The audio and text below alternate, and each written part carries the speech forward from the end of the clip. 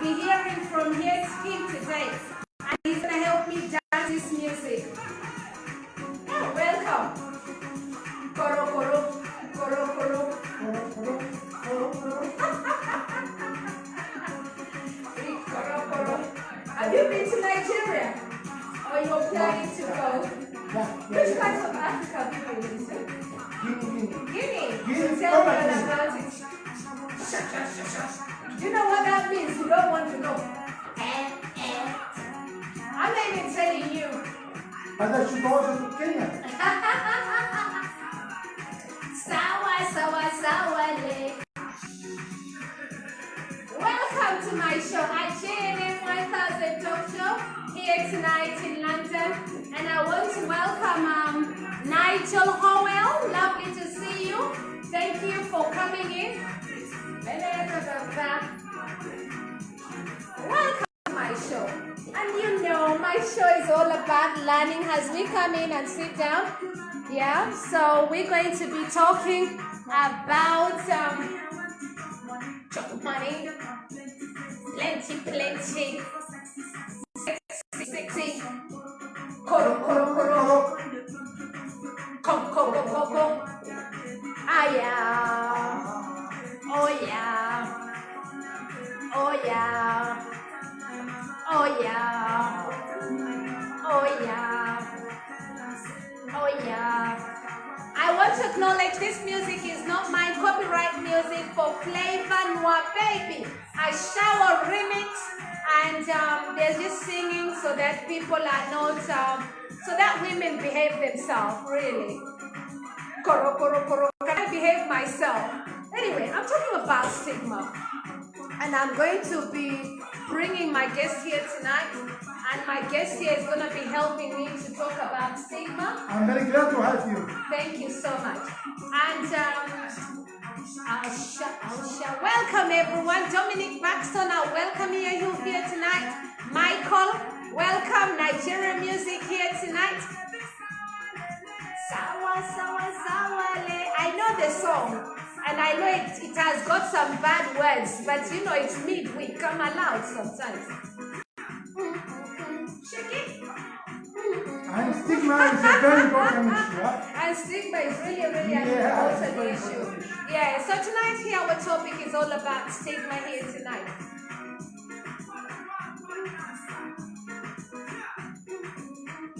Actually, in 1000 Talk Show, the #1 talking show here in London tonight, all the way in Nigeria. You can see people out here today. Kenya is here right now. Dominica is here tonight here as well. And thank you so much for joining us. We're going to be talking about stigma. And so my guest here today is Paolo. Paolo, tell us a little bit about yourself. Okay, my name is Paolo. I'm originally from Italy. It's 5 years I'm living in London.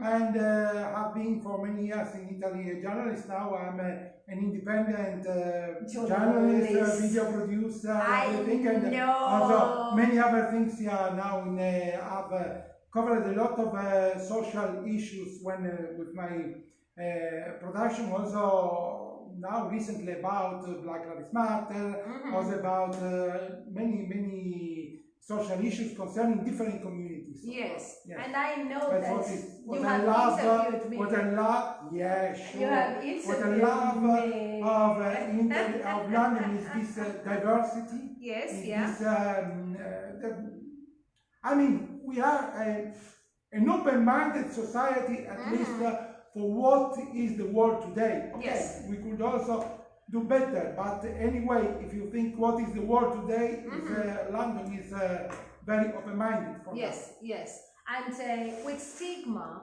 you know, have you been stigmatized or have you felt before like you're stigmatized in any way, form or shape? Of course, some stigma is about everybody, but especially now the problem is with COVID-19, when stigma has become something universal, because we all are stigmatized. When we enter a bus, we don't wear a mask, or when we are simply in the street, we cross somebody, we don't wear a mask, we can be stigmatized as people who possibly can affected, can spread a disease to other people, a potentially deadly disease to other people. So we are all seen as possible killers, Carriers. killers. That's why Social distancing.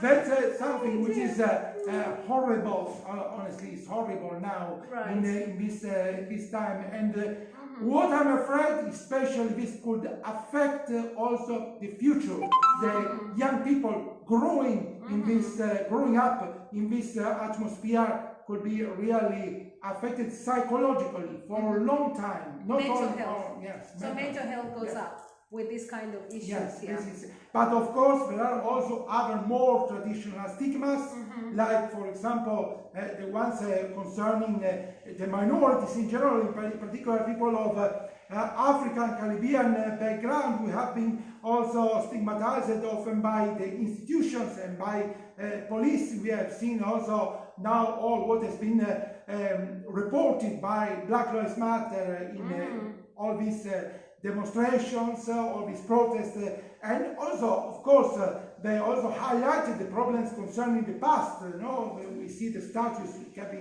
taken down, and it's something good finally, because yes, it's true that these statues are about people who have lived 200, 300, maybe 400 years ago. Okay, I know it is the past, it is the history, but the history, for the history, there are the museum. Yeah.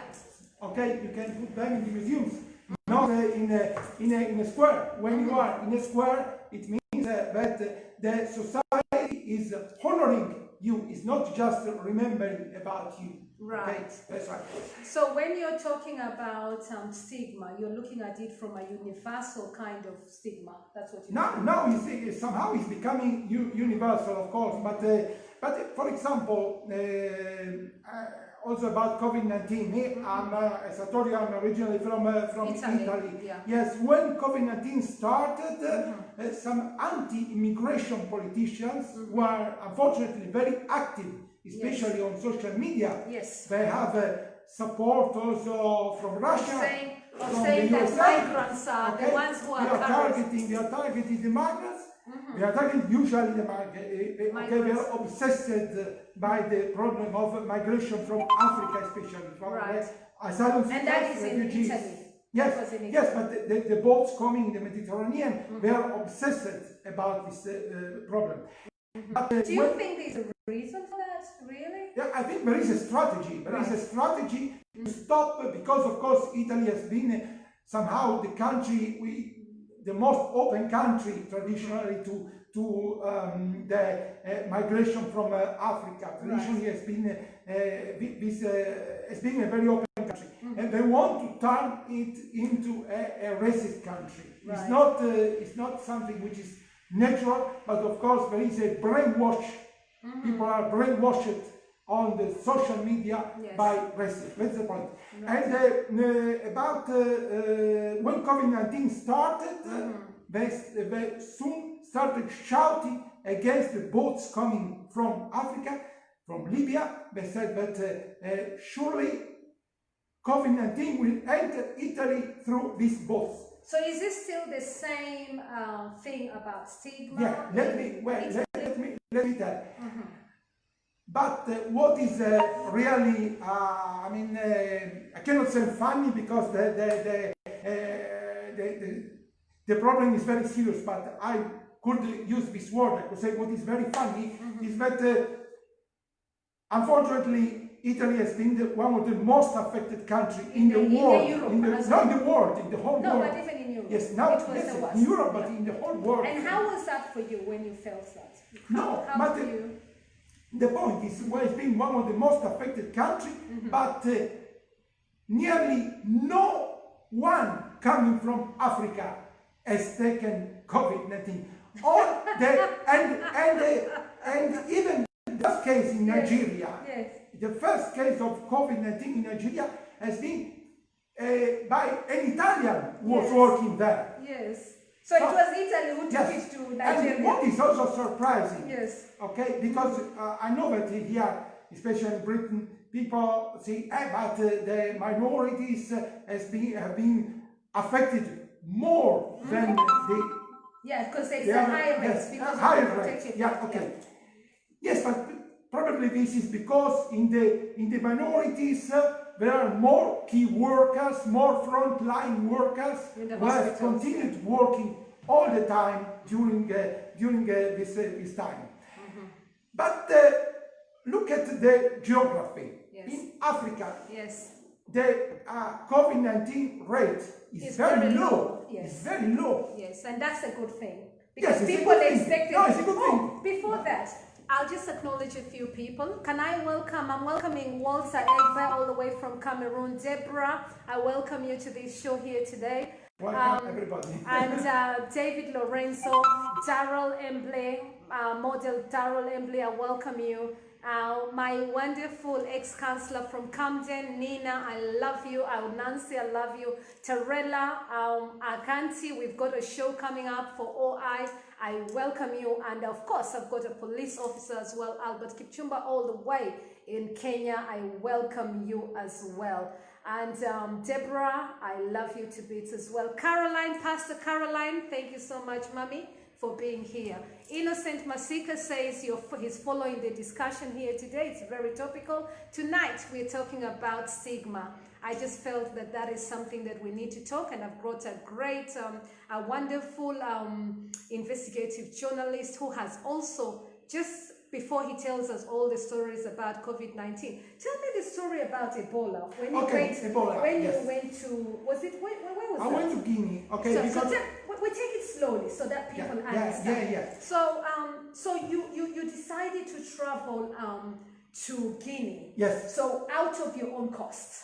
Yes. So you just thought, I'm going to go and investigate about Ebola. What did you find there when you went to? Okay, I've been only for 8 days. That means, of course, I could not investigate properly all what is the problem about Ebola in Guinea. Anyway, the purpose of my travel was also to defy this stigma which was affecting all migrants, especially all migrants from Africa, who were asked to have a test about Ebola. But people coming in theory also from Kenya, from Uganda, from Madagascar. Okay, and you took a video for the sessions, this is what some politicians said. All Africans had to be tested for Ebola. Stigmatized. Okay, stigmatized. Right. Okay. And that's why I said, okay, now I want to go and see. I want to see also. You want to experience really what's happening for you yourself. Because finally me I was exposed to the Ebola. Yes. Ebola. Okay. I also entered the hospital. Potentially, I'm talking about something which happened 2014. Okay? So now, of course, there's no risk at all. Yes. But I mean, that time when I came back to Italy from Guinea, from Conakry, potentially. I was affected, but nobody stopped me. I went to TV stations to report about my experience. I reported that I was potentially affected, but nobody told me you have to quarantine. But when it was a black person, they were stopped. They asked people who have been for months in Libya. Maybe some were coming from Guinea or from Liberia or Sierra Leone, okay, but they have been for months in Libya.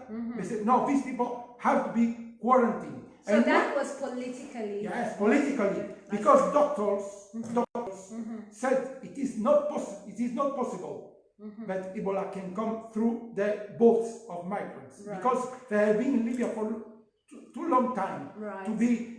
So if they have been affected in Guinea, they died before reaching the boat. Right. Okay. Is that what you found when you? No, that's what the Italian doctors said. Politicians trying to silence the doctors and say that no, there is the risk about the migrants coming to Italy. That's why I went to also this stigma and this scar which was used by politicians. And when you got down there, what was your reaction when you got down there? Was there any hospitals which was helping out, like maybe Cuba people or Russian or Africa? Yes, what was really happening? And Yeah. how did they control this disease? Okay, the control actually was not cannot be compared for what is the control now made about COVID-19, because finally only in some places, some banks or supermarkets, you had the opportunity to wash you were asked to wash your hands before entering, to wash with soap. Yes. In most places there was no any special anything special. Yes. But when you went there, because you saw for yourself many deaths there, many hospitals. I've seen the hospital, but in the hospital they did not allow me to enter the isolation. I wanted to enter isolation ward, but they did not allow me to enter for safety reasons. So what I've seen basically is an atmosphere which was not of panic. Right. People were living quite were living there quite normally. Yeah. And there was not this like kind of scare, like mental health. There was no lockdown. Which was we have been allowed to, but except for the isolation ward, but anywhere we allowed to go anywhere. No one was using mask. I think by time we had about 40 to 50 people were admitted in the hospital with Ebola, but all the people I've seen in Guinea, as I know, they are all fine. No one was really panicking. No, but even after. But they were panicking because they banned stuff, the clothes and everything. Of course, you could see all the some people were afraid, but not the way it is now. It is now COVID-19. So let's come back to stigma. So what do you think now? Universal stigma is happening across the whole world. When you see what is happening, you're worried about the future. Is that what you're saying now? Yes, I'm worried for some reasons. First of all, of course, the fallout about the economy. Okay. We have lost millions of jobs. We don't know how many millions of jobs finally in the USA and Europe and all over the world. But sure, we have lost. But some people would argue that economy can always come back, but death of a person cannot really. I don't know if economy will come back, because of course there is a serious danger, but we have lost many jobs forever, and especially, of course, all this can also increase the racism, because it's very easy. We have seen the Germany in the 30s. Okay, what did Hitler did? He was scapegoating some people in front of a very serious crisis that Germany was suffering. And you're worried that the racism will go high, especially for black people. It can that's go, why, yes, that's what's really making you feel. Yes, of course. And you're married to Nigeria. some person from Nigeria as well. Yeah. Are you always worried when you think that maybe there's a higher impact of somebody who is from another race, they treat you better more than the other person? No, but personally. And your child as well, no, of course. Okay, no, I'm worried for the general context, okay? That's why I'm worried for the general context, but I see that it's not only for a matter of race, if we can call it race, but also of nationality in general, because of course it's very easy to say, okay, how can we solve the problem? Of stigma. Let's stigmatize somebody, let's try to persecute somebody and promise that the solution will be available. Yes, available. So do you see any solutions in the near future, or what do you think? I think especially like, let's say, people like in this fascist idea. You did a video program for me a few years back. But do you see solutions? Do you think it's going to come down, the issue of about the COVID? Confusion, the COVID-19? No, okay. No, for the stigma. For the stigma, no, okay. I think we have to be all united, because if we are united, we can face the problem and see that even if jobs will disappear, many jobs will disappear also because of crisis, also because of automation, also because of new technologies, but the human rights, the social rights must not disappear. Yes. Okay, so we cannot see the solution in the exclusion of other people. Yes. Okay, Yes. that's the point. We have to say, okay, all the solutions must be considered as social solutions, not just as economic solutions. Thank you for that. Yeah. And here tonight, I'm welcoming you once again. We are here tonight. Thank you so much, Nancy. I'm definitely wearing my mask when I'm in the car, and when I'm here, it's okay. I want to welcome Professor Arwin. Thank you so much for joining us here tonight. Ruth Wamoyo, lovely to see you here tonight. My wonderful Richard Fay, lovely to see you here today. Mimi Nimufuasi is watching from Kenya, lovely to see you. Comrade Benedette Mala, lovely to see you here tonight. And of course, my wonderful Martin Koyabe, and of course, my lovely daughter Chelsea, lovely to see you here tonight. And I welcome you here tonight. I want to just bring you up to speed for those who are joining us here tonight. We're talking about stigma here tonight, and I've brought a nice, lovely journalist to help me explore this topic. And he's telling me all about, we're talking about stigma and how that impacts us here in the world. So far I brought him to speed because he really attracted me when he told me the story that he had traveled to Guinea and he had met, so our conversation actually started a few years back when I met him in one of the TV stations. We met in TV station, isn't it? That's where we met, isn't it? So we met in one of the TV stations and I took interest with what he was talking about.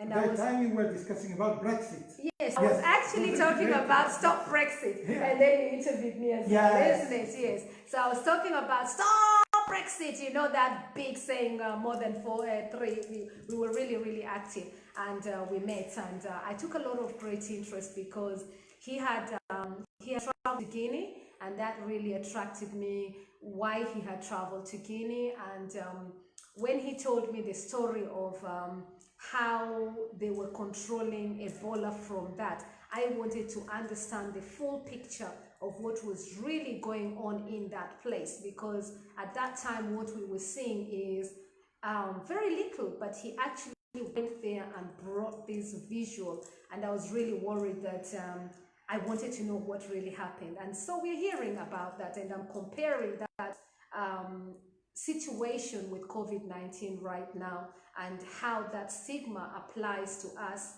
right now. As I bring more people here today, so now you're back in London and you saw this kind of stigma happening. So now, what's the advice right now? What do you think people should be looking at now that we are being allowed, you know, just on the 4th, we've been told it's okay to go to the pub. What's your biggest fear right now? Oh, my biggest fear is, of course, there could be a second wave, and the second wave could lead to a second lockdown, or more probably to a set of different local lockdowns, and this would affect the confidence of people to restart also the economy, to resume jobs, and this could cause a serious depression, because actually I've been, I cannot deny, I've been very depressed when lockdown started, really very depressed. Even if I've been always working, I've never been confined at home, but anywhere I was psychologically affected by, because you like going out naturally. Because also the social life, meeting friends, seeing people. Not only, think about the pubs for drinking. No, it's not the pubs for drinking. It's for the social life, the what matters. And of course, all this I've been missing too much all this time. Yes. But now they're opening. Now you feel more happier. Yes. At least we've met today, isn't it? Yes, I told you, wait until... I've been very happy happy also for honestly for the demos of Black Lives Matter because I've seen again. You recorded the I've video. recorded. And you're gonna share it with me, yeah? Yes, You're gonna put it up because you're gonna yes, I'm gonna okay. share. Yes, So, sure. But I've been very happy. Yeah. Also because I've seen. Okay, I see people again in the streets. I see people meeting again. Yes. Because okay, it's good to meet online. Yes, it's. I'm not against technology at all. I know that technology is very important. I'm being always a supporter of technology. Yes. But I mean, the virtual life, the online events cannot replace the reality, the physical reality. Yes. Can be a support, but not can replace. It can never replace it. So ICT has to have human contact. Yes. Yeah. You're hearing from me, from myself here tonight at JNM 1000, and always African Wonder Woman, the #1 talking show. If you've not shared this video here tonight, please do share it. I'm talking to Paolo. People are asking me, is Paolo? He says he's a great friend as well. So Rothwa Moyo. Richard says economies 104% will come back, 100%. The million of green jobs created, a lot of jobs have been protected and will continue to be protected. Some great incentives announced today. Facts. We were told that Richard says, let's just carry on reading what he says. Facts. We were told this is the 80s with factory automation. Wasn't as bad as people thought. Even with artificial intelligence and new technology, a lot of people will still need people to make them. Also control them. Also new technologies can help create jobs in the workplace, and 50% to work from home. We have learned from lockdown that a lot of jobs can be done at home. Rise of the mighty new breed entrepreneur, Juliet Makapila. I thank you for that. Richard Fay, who is also the founder of Autism, and he's doing some great work with people with autism. I want to welcome a great classmate of mine, former classmate of mine, George Madindo, who is now a wonderful teacher in one of the schools in Kenya. I welcome you here, my childhood great friends. And of course, Jane Carrier, who is also a pastor. I want to welcome you. Many, many thanks, and people are asking questions. I've got a question for you. People are asking me, do you think people should be traveling to Italy? Honestly, I don't advise to travel to Italy because I need to travel abroad because the point is you can be blocked you can be unable to leave the country. Or for example, if there is a new lockdown enforced, you can be quarantined when you come back here to the UK.